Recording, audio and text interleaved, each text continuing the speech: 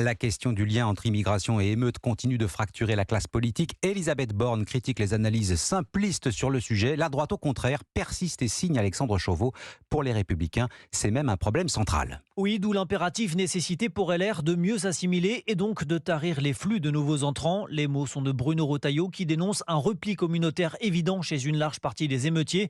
Et lorsque Gérald Darmanin met en avant la présence, je cite, de nombreux Kevin et Mathéo parmi les interpellés, la droite accuse le gouvernement d'être dans le déni, quitte à être accusé de rapprochement avec Marine Le Pen. Éric Ciotti, le président des Républicains. Nous devons nous interroger sur les causes de cet échec. Et arrêtons avec l'appel systématique à l'extrême droite. Les Français supportent plus ce discours. On peut nier le problème comme le fait M. Darmanin. Mais si on le nie aujourd'hui, il sera beaucoup plus grave encore demain. Les Français savent qui était au cœur des émeutes. Éric Ciotti qui a mis en avant hier une série de propositions pour restaurer l'ordre public. Place de prison supplémentaire, abaissement de la majorité pénale à 16 ans et restrictions drastiques en matière d'immigration.